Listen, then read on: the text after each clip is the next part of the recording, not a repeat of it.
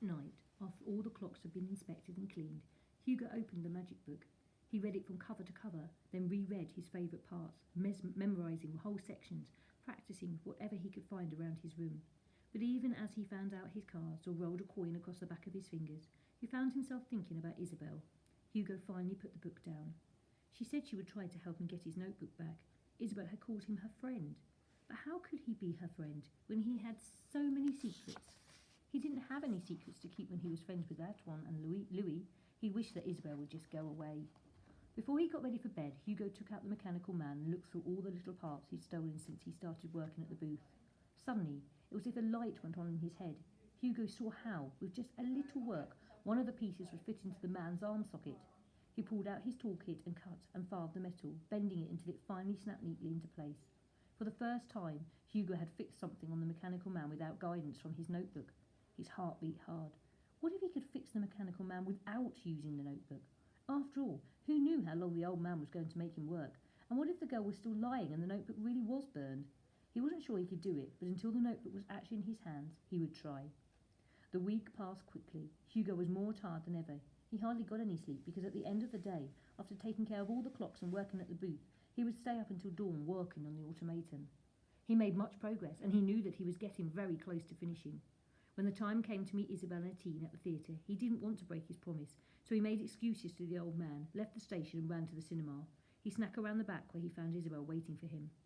Papa Georges must have hidden your notebook really well, she said, but I think I might have an idea where it is. Hugo wondered if he should remind her not to look up inside it. He decided not to. Why doesn't he want you to go to the movies? Hugo asked. I don't know. Maybe he thinks it's a waste of time. He never said why. I bet my parents would have let me go to the movies. Isabel looked at Hugo as if she was hoping he'd answer her a question about her parents, but he didn't, so she just kept talking. My parents died when I was a baby, said Isabel, and Papa Georges and Mama Jean were my godparents, so they took me in and raised me. They are very nice, except when it comes to the movies. Hugo said nothing in response, so finally Isabel said, I wonder where Etienne is. He usually opens the door for me by now. Hugo cautiously slipped around to the front of the theatre and looked for Etienne. The manager of the theatre, whose thin black hair was slicked across the top of his head, opened the door and said to Hugo, What do you want? The cigarette that dangled from his lips moved up and down as he spoke. I'm, looking for Etienne. The man stared at him. He has an eye patch, said Hugo. I know who Etienne is, said the man as he smoothed his hair across his head and flicked his ash towards Hugo. I just fired him. We discovered that he was sneaking children into the theatre. Isn't that a terrible thing to do? He glared at Hugo. Hugo backed away from the door, ran behind the theatre and told Isabel what had happened. What an awful man. Follow me, Isabel said. She walked to the rear door and took out a bobby pin from her pocket. Hugo watched as she fiddled with the pin inside the lock until it clicked and the door opened. How did you learn to do that? Asked Hugo.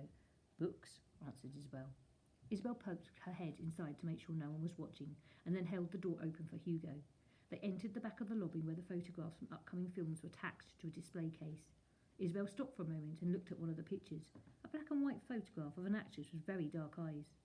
Sometimes I think I like these photos as much as I like the movies, she said. You can make up your own story when you look at a photo.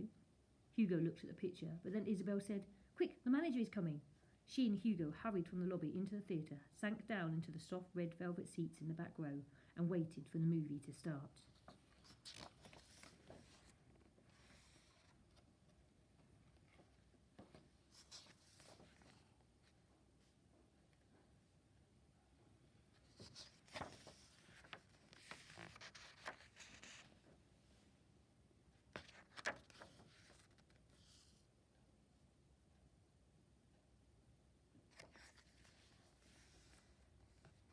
The blank white screen reminded Hugo of a brand new piece of paper, and he loved the wonderful whirring sound from the projector that filled the theatre. First came the newsreels, each one a few minutes long, about current events around the world. There was one about the Depression in America, one about a World's Fair that would be opening in Paris in a few months. Hugo thought that sounded exciting, although he knew he'd never be able to go. And one about politics in Germany. And then, finally, a cartoon began. It was called The Clock Store. In it, an old man was lighting street lamps at night, as night fell, and he passed the clock store. Inside, all the clocks were alive, and they were dancing to classical music. Hugo knew his father would have loved it. In the end, the music grew wilder as the two alarm clocks had a fight. The curtains closed, everyone applauded, and the projectionist changed the reels. After a few moments, the curtains opened again and the main feature, The Million, by a director named René Clair, began. It was about an artist, a lost lottery ticket, a criminal, a borrowed coat, and an opera singer, and it had one of the most amazing chase sequences that Hugo could ever imagine. He thought every good story should end with a big, exciting chase. Time passed quickly in the darkness, and as the lights came up, Hugo didn't want the afternoon to end. He and Isabel looked at each other, their eyes still shining from the flickering images. Everyone filed out of the theatre until the children were alone in the seats in the back of the room. Hugo stared at the screen as if he was seeing the projected light, still hearing the sound. Suddenly, Hugo and Isabel were grabbed by their collars and hoisted to their feet. "How did you rats get in here?" the manager barked. Cigarette ashes fell on their heads. The children managed to take their coats and were dumped outside on the wet sidewalk in front of the theatre. "And I better not see you here again."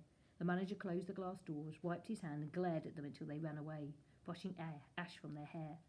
Once they were out of sight of the theatre, they slowed to a walk. The air was cold and they shivered. Isabel told Hugo about the other movies she loved, comedies and cartoons and cowboy movies starring someone named Tom Mix. There was an actress she'd seen named Louise Brooks, who had a haircut that Isabel had copied. There were adventure stories and mysteries and love stories and fantasies. She said names like Charlie Chaplin, Jean Renoir, and Buster Keaton.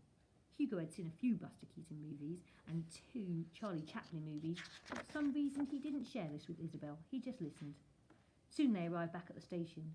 As they entered the waiting room, Hugo noticed someone standing very still, looking up at the main clock, taking notes on a clipboard. It was the station inspector. Hugo grabbed Isabel and ducked behind a bench nearby. He rubbed the buttons on his coat. "What are you doing?" Isabel said, straightening herself up. But Hugo was lost in thought. Had the station inspector begun investigating and found out that Hugo's uncle was gone? Hugo couldn't be taken away now, not when he was so close to finishing The Mechanical Man. He knew he shouldn't have gone to the movies. He never should have left the station. Hugo's heart raced. He had time to get into the walls to check the clocks, but Isabel was still talking. He hadn't heard anything she had said for the last few minutes. When he thought it was safe, he got up and started walking in the opposite direction from the station inspector. "Answer me, Hugo," she said as she caught onto his arm. "Don't just run away." "I've got to go." "That's what I mean. Go where? I was asking you where you lived." Hugo stopped short and stared at her. "I don't know anything about you," she said. "You know where I live. You know about my parents.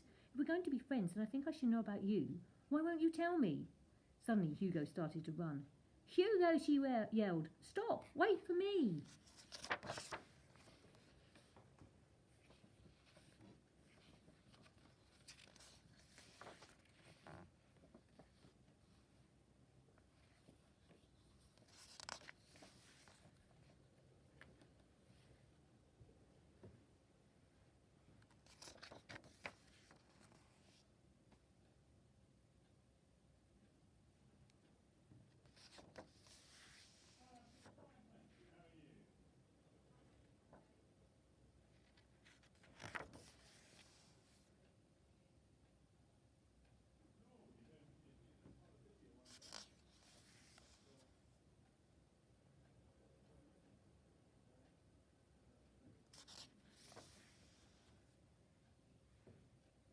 Hugo helped Isabel to her feet, but he couldn't stop staring at the key.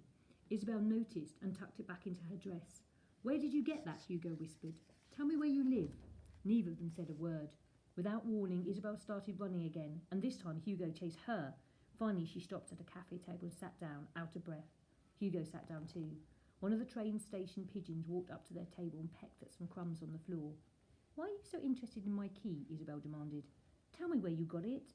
A steam engine whistled its deafening shriek, which completely drowned out all the other sounds of the station for a moment, and made Hugo jump as it always did. Hugo and Isabel stared at each other until the owner of the cafe made them get up and leave. They parted without saying goodbye.